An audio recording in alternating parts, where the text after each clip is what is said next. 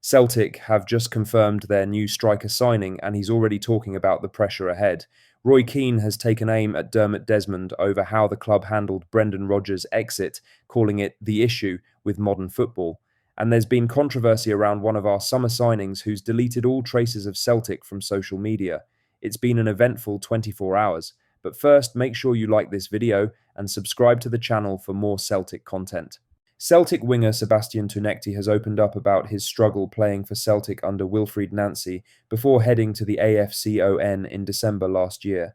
The Tunisian was deployed as a wing-back under the Frenchman during his ill-fated 33 days in charge at the club, and he, like many others in the squad, really struggled to get to grips with what was being asked of him. Speaking ahead of Celtic's Europa League tie in Italy against Bologna, he opened up about things.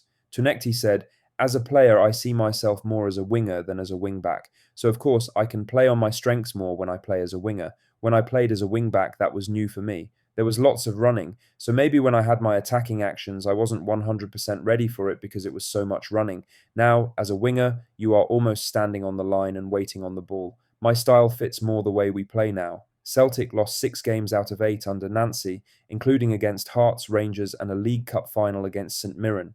Tunctki added, "I wasn't there for so long. I was there for a week or something. It was a small time. I was sometimes defending the last line, and that's something I've never been doing because I'm a winger and we always have a full back behind us.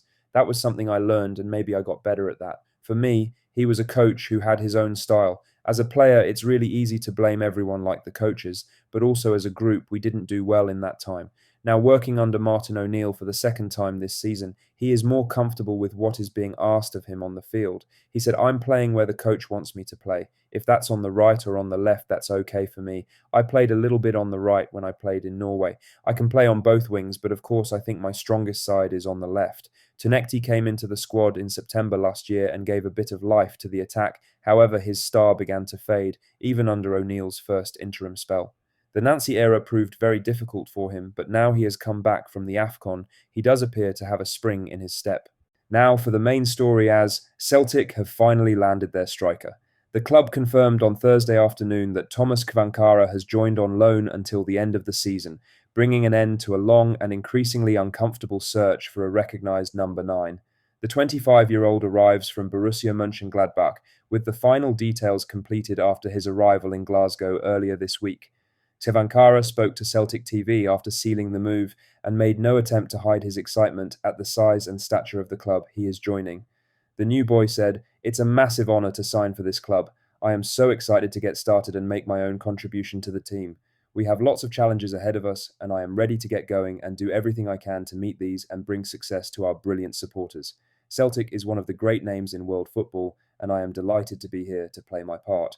The most important detail in the deal sits beyond the headline.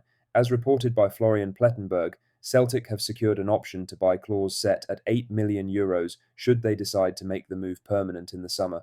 That clause shapes how this signing should be judged, offering a clear pathway beyond the end of the season if things fall into place. Celtic will cover 100% of Kvankara's wages during the loan. Celtic are short of attacking options, and Kvankara is likely to be thrown straight into contention for Sunday's trip to Hearts at Tynecastle. Preparation time will be limited, but the circumstances leave little room for a slow introduction. A win in the capital would pull Celtic firmly back into the title race. A defeat would leave them 9 points adrift and potentially slipping to third in the table. Hearts have their own issues, with injuries to Cammy Devlin and Lawrence Shankland, but Tynecastle remains one of the most unforgiving grounds in the league. Martin O'Neill has already moved to temper expectations. The Celtic manager has been clear that Kvankara is not a quick fix for the club's attacking problems, but he is hungry and eager to prove himself. That hunger will be tested immediately. The €8 million option ensures Celtic are not taking a blind gamble. If Kvankara delivers over the coming months, the club are already positioned to snap him up. In other news, Roy Keane has used Celtic and Dermot Desmond's response to Brendan Rodgers' resignation as part of a wider point about how modern clubs handle managerial exits. The former Manchester United captain was not speaking directly about Celtic's footballing direction. Instead, he placed Rodgers' departure within a broader pattern he sees across the game. That pattern involves clubs becoming more vocal and more defensive when managers leave. Rodgers' exit from Celtic earlier in the season prompted a strong statement from principal shareholder Dermot Desmond. The tone and detail of that response stood out at the time. It marked a shift from the more reserved exits seen in previous eras. Keane's comments suggest that this shift is now common across football. Speaking on the overlap, Keane argued that the balance of power within football clubs has changed significantly. According to him, directors of football and senior executives now wield far greater influence, often shaping decisions that managers once controlled.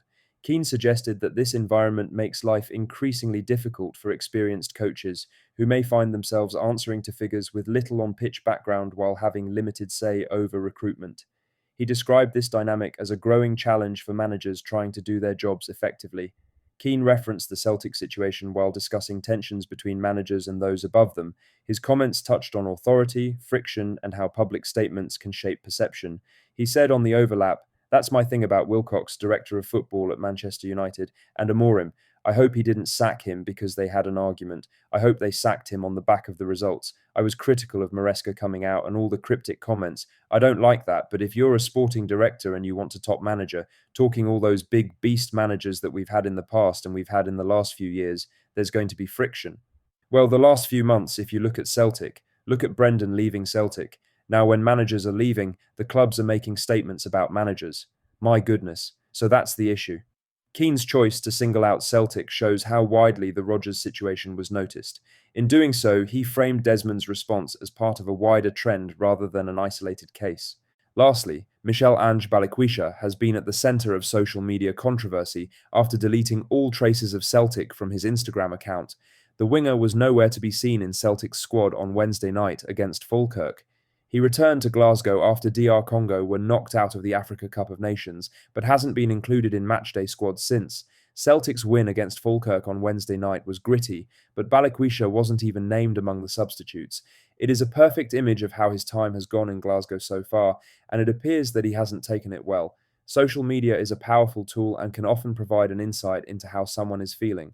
Looking at Balikwisha's latest activity, it would suggest that all is not well. On his Instagram account, all traces of Celtic have been deleted, aside from the collaboration post he did with the club to confirm his signing.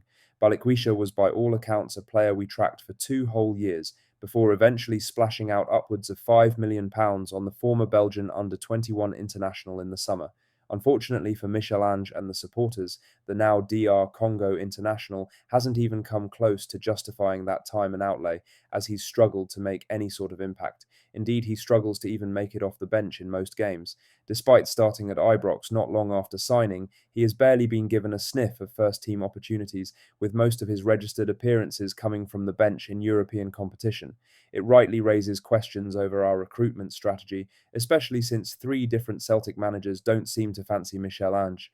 That's all the latest Celtic news for today. Make sure you like this video, subscribe to the channel, and hit that notification bell so you never miss an update. Drop a comment below with your thoughts on Celtic's transfer moves. Thanks for watching, and we'll see you in the next one. Hail, hail.